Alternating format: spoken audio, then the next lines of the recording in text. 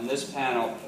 Michael Shaw is an attorney, heads up a group called freedomadvocates.org. I think he'll be talking about Agenda 21 and some of the things that we see today as non-governmental organizations and others try to impose these international norms, not just at the federal level, but in state and local governments as well. Michael.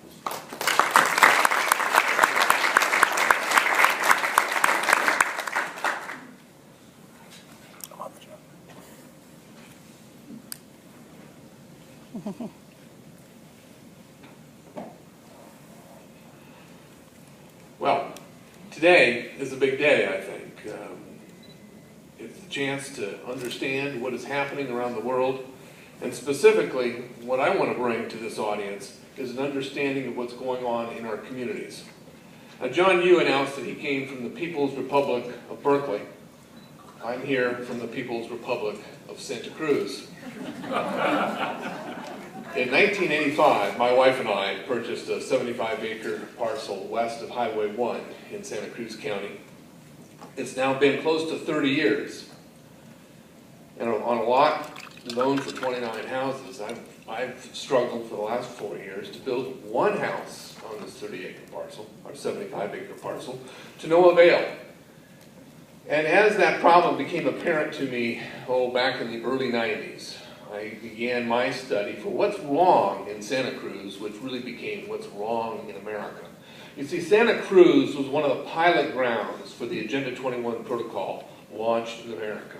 Now, the Agenda 21 protocol, for those who don't know, came out of the 1992 Earth Summit held in Rio de Janeiro. Santa Cruz, for decades prior to 1992, had been working on the Agenda 21 program as a prototype for the rest of America. And that is why my property's use has been abolished. Notwithstanding the fact that I've probably created the most environmentally, ecologically sound landscape in California, having recovered hundreds of species of native plants from a seed bank that had been long-lived under the wheat crop that had been grown to feed cattle and under the throngs of poison oak that had dominated the oak woodlands portion of this property. Today, the property we call Liberty Garden is a literal paradise for the greenies of the world. I mean, we have achieved what government agencies, with the use of billions of dollars on plant restoration programs, have not been able to achieve.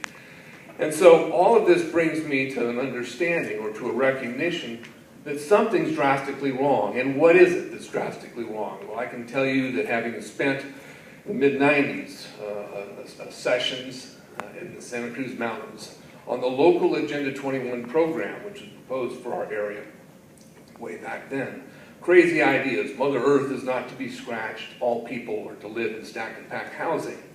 And I came back to the group that had sent me out to these meetings at the Resource Conservation District, and I said, guys, we don't need to worry about this.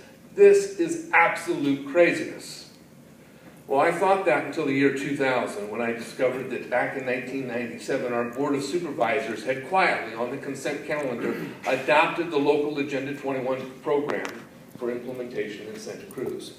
And since that time, the problems, like I've discussed with the use of my property, have happened all over the county. If you're a partner with government, you can use your land. If you are not a partner with government, you cannot.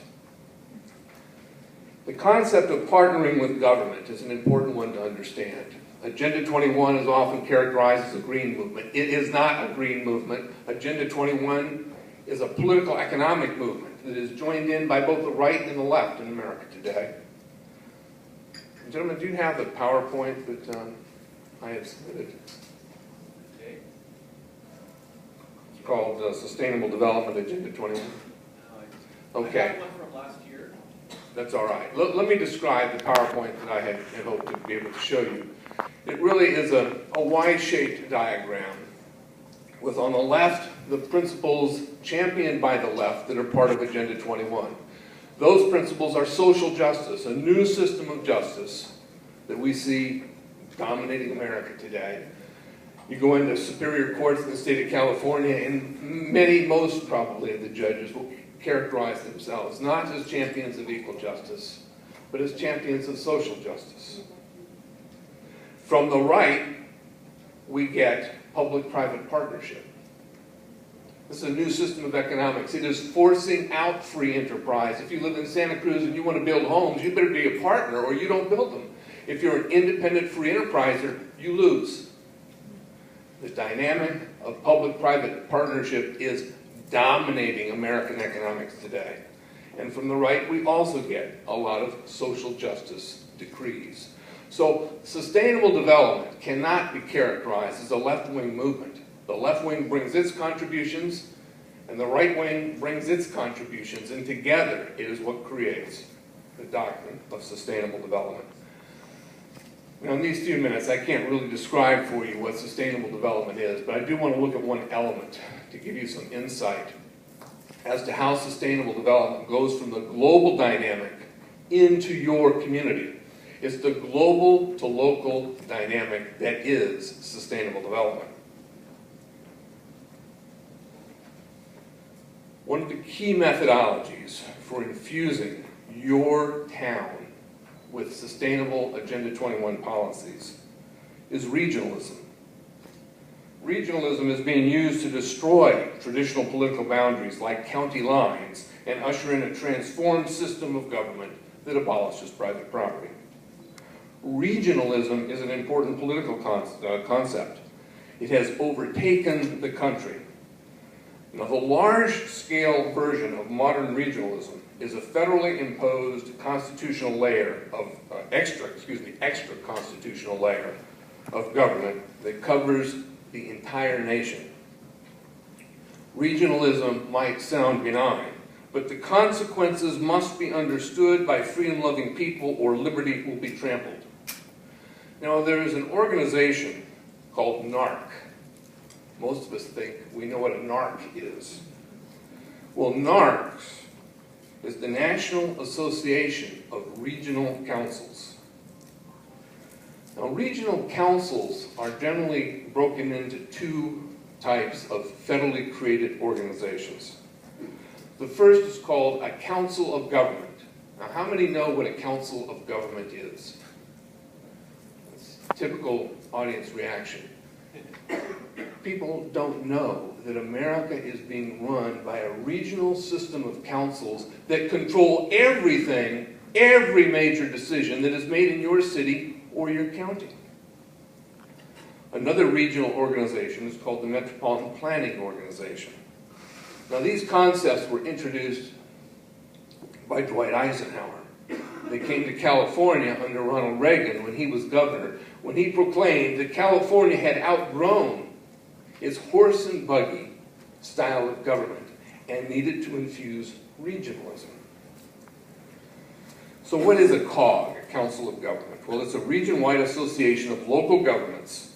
It's a regional body, typically geographically aligned or arranged in order to serve an area of several counties to address the following issues: regional and municipal planning, economic and community development, cartography and GIS, hazard mitigation and emergency planning, aging services, water use, pollution control, transit administration, and transportation planning.